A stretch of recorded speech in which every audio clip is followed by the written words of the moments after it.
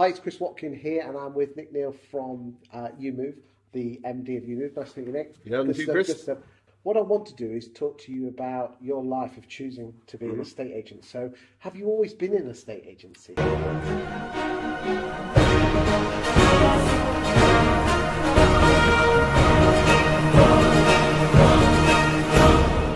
No, I haven't. Okay. No, it's a relatively new experience for me. Okay, so go back. So, what were your education years? Did you go to university, or did you just go straight in? No, I did A-levels and I did some work at college and all that kind of stuff, but I didn't go to university. I went straight into work in financial services. Okay. So I worked for First Direct Bank, so a very customer-driven challenger brand. So I learned a lot there about how to really see things through the eye of the customer, as opposed to how has it always been done and just trying to do the same thing. So that was very good. And then I worked for a regional building society after that, and I kind of thought, well, I forgot to go to university, which was a problem. So I studied for my MBA and I qualified in 2005. Okay. So you've always been in financial services, be it working for First Direct or working for a building society or something like that? Yeah, well, after that I went into kind of corporate payment processing. So I worked for a company called First Data, and they transact or they process about 1 in 4 card transactions in the UK. And it came out of the Access business, if you remember that far back.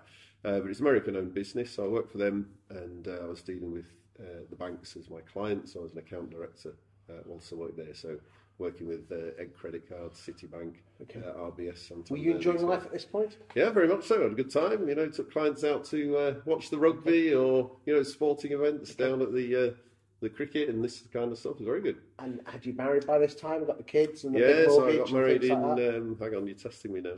It's my 25th wedding anniversary this year, so 25 years ago, whatever that is. 93, it's come to me now. I'm going to be in trouble now, aren't I?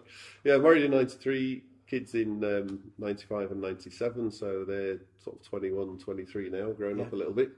So I was studying for my MBA whilst they were toddlers, so that was tough.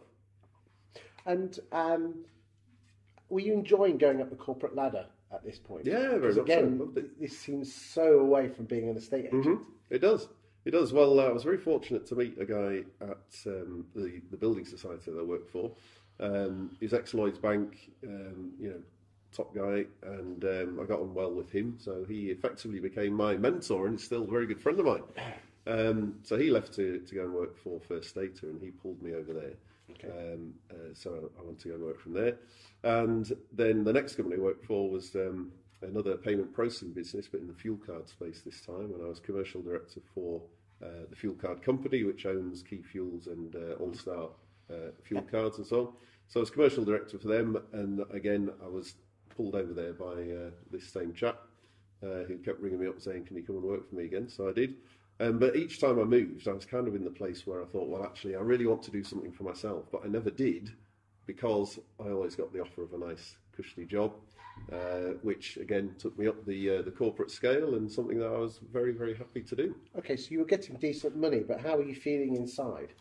Yeah, slightly unfulfilled, because I'd done the MBA, managed lots of teams, worked in sales, worked in service, worked from you know, a commercial perspective, done lots of different things, but you know, in a corporate organisation, you've got a big budget, you've got lots of teams, and you never really, truly test yourself to see whether or not you can really cut the mustard on your own. And that was something that was just niggling away at the back of my mind. And how did you decide to make that move? Did you just get up one day and say, I want to be an estate agent? Because that, if you don't mind me saying, that's quite a... It is a big gap. Well, there's one more step between that. So I worked in London for a couple of years for a publishing firm, LexisNexis, hard to say. So it's part of the Reed Elsevier Group, so I was UK sales director for that business. And I'd always wanted to work in London, which is why I took that job. But I didn't really like it that much, you know, sales, publishing, tax. I mean, it's got a lot going for it, hasn't it? So on the back of that, estate agency looked like a fun and exciting thing to do. So I wasn't particularly looking for a job in estate agency. Okay. What I did want to do was do something for myself, either from a cold start or from a franchising perspective. So what year was this? Did you decide, I've got to make this move? Yeah, that was late 2013. Late 2013. And how old were you at this time? 33. 33. No, hang on, 2013. I was 43. 43. Yes. There you go. Which you're thinking? I've lost 10 years. Because there must be an awful lot of people out there that are in their late 30s, early 40s who are thinking to themselves, I actually want to do something for myself. Because you're only here once, aren't you? You are indeed. Okay. So what did you do to start looking to make your own boss? Yeah. Well, I went to the franchise show actually in Manchester. No, it's Birmingham in 2013 October, and I'd had a few things in mind about doing something in property, professional services. You know, I wasn't really fully sure what I wanted to do, so it was just an exploratory day out, see what was there, and I pretty much spent enough time in the franchise show, and I'd kind of made my decision there was nothing there for me. But on the way out, I bumped into the guys from EweMove. Okay. And had a chat with them because it was their first franchise show.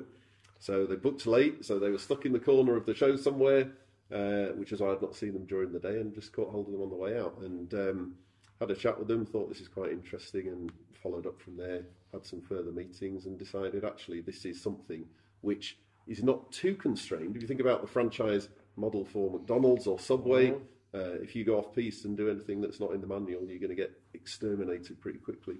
This was new. They had some risk associated with it. It wasn't fully formed. So all of the things that attracted me to it, I thought, actually, yeah, I can get involved with these guys and maybe build up the brand in association with them, and that's what we do. So you started your own franchise with EweMove in... Beginning of 2014. 2014. Where was that? In York. Okay. So how did that go? Because let's be honest, starting your own agency is hard work. It is. Well, the brand was new. I was new to the market. Okay. I was new to agency. Because I'd been working away in London and the South East for many years, I wasn't totally comfortable with the York territory, if you like. But my wife was. She was a mortgage broker in York, so she'd been doing that for quite some time. So there was that kind of synergy working alongside her as well. But you know, I spoke to... So she threw it all in as well and went in with you? Well, she didn't actually. She continued mortgage broking for a couple of years, so it's fine. But she's jacked that in now, and she's now running the York business for me, which is great. But I got talking to a few guys I knew in the town, solicitors, this kind of stuff. So I did have some reasonably good contacts. Established for myself within the community, and it kind of took off from there. Okay, so where were you 2 years later then? You've been going now for 2 years. Are things going really well? They were. So what did you learn? Yeah, well, I learned a huge amount. Well, do you know what? One of the most interesting things I learned was the immediacy of feedback. So if you go back to the corporate existence, you've got a marketing team, you've got a big marketing budget, and you do some stuff, and you have a marketing plan, and you go and execute it. And sometime later, you get to understand whether it's worked or not. In this game, you know immediately whether it's worked or not because people will tell you. And coming out of a B2B sales environment to a B2C sales environment, again, is very, very different because when you're selling in the corporate space, everyone is cut from the same cloth. Everyone's very analytical. There's no emotion involved in the sales or purchasing decision. But when you're B2C and you're dealing with people's personal lives, their personal assets, and their personal aspirations, emotion comes into play, different characters come into play, and it's truly as fascinating. And I absolutely get why people love being estate agents, because you really are privileged to have a part to play in somebody's life journey. But equally comes with that a great responsibility as well. So you were one of the better performing franchisees. Why did you turn from poacher to gamekeeper and become the MD, the franchisor? Oh, that's a very interesting question. So, along the way, I won Franchisee of the Year, so we were top performing franchise in the UK for some time, which is great. But then the founders sold out to the Property Franchise Group, and that was really to enable the brand to continue to grow with bigger investment and the backing of a bigger organisation and so on.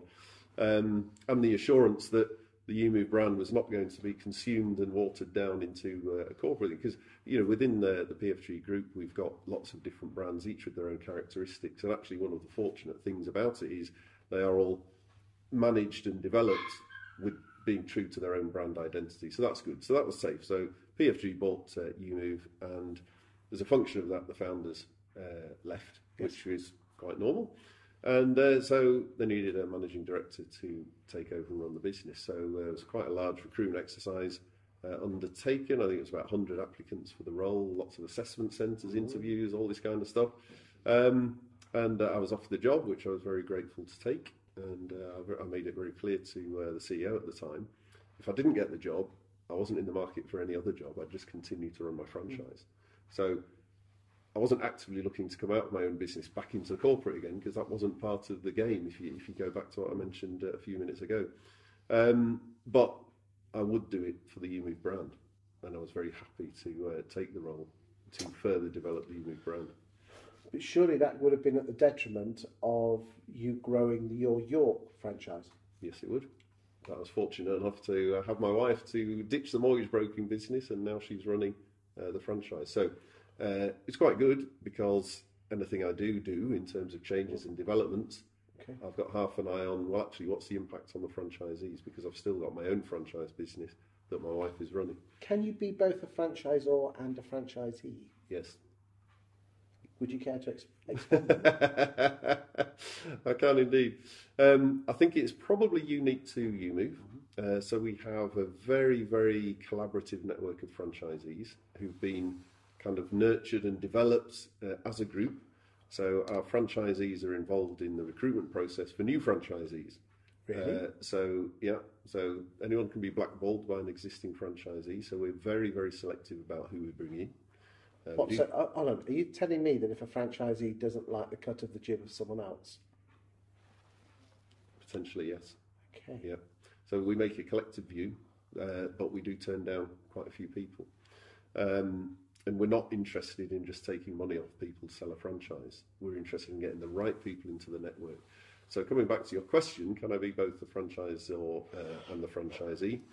In the EweMove world, yes, I can. Whether it would work in other businesses, don't know. One thing that I have noticed with the people that you are bringing in as franchisees is that there's a high predominance of existing agents who are turning their back on their corporate jobs and their independent jobs and joining you. If you look at all the other franchises, that simply is not happening. Why is that? I think because the model we have gives people the opportunity to really deliver a fantastic outcome for their customers.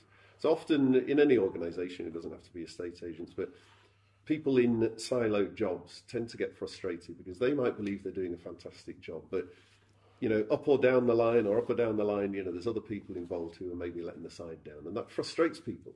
So if you are of the kind of person who is keen to deliver a fantastic outcome, you believe you've got the right skills, you've got the right energy, you've got the right commitment, and you want to back yourself, essentially, then you're going to look for an organisation that's going to allow you to flourish in backing yourself. It's as simple as that. And that's exactly what we do. So we provide a model which allows somebody to work on their own. So you can open an estate agent with one employee, and that's yourself, and you can quite happily turn over, 6-7 completions a month if that's what you want to do. Not massive volumes, but that's certainly enough to make a very happy income and a living for that individual, because they don't have all the overhead costs. Or you can work with a team of associates, or you can build up your business as you would do in a normal environment, and the EweMove brand and the franchise offer allows you to do that as well. Working under the property franchise group, are there advantages and disadvantages as a franchisee for that? I'm not sure whether there is as a franchisee. I think we are very protected from the group. Our head office is at the other end of the country. The CEO is passionate about the brand and wants it to be run as it always has, and is happy to ensure that that's kind of ring-fenced, if you like. But we've got the security of a PLC owner, as opposed to a couple of guys who were self-funding the growth and development of EweMove, and absolute credit to what they did. But having that security now is certainly welcome. And where do you see the future of EweMove? The future of EweMove is basically about continuing to differentiate ourselves from the competition. Now, we talk about all the USPs that EweMove has, and we talk about it internally, and more so. And nothing we do is really that groundbreakingly different. It's the way we knit it all together that's different. And it's having that individual franchisee at the centre of the customer journey that makes the difference. Now, anyone could really do that, but the problem is a lot of people who've been working in this industry for a long time see that as quite inefficient. They don't believe it's going to deliver the outcome. To move to that modus operandi means a substantial change to their business. They're not prepared to take the risk. Perfectly understandable, all the reasons why they wouldn't do it. But as long as we continue to maintain that differential from the bulk of the market, that's where we'll be. And of course, we do have an eye on different technologies and so on, but you do have to be careful with prop tech and technology that you don't overdo it. Because really, we've got our vendor, or our buyers, sellers, landlords, tenants, we've got the franchisee, then we have our technology layer behind the franchisee to support them in delivering maximum face time with their clients, not the other way around. Maybe we could talk about all that in future videos. Perhaps we could. Thank you. Thank you very much indeed. Cheers.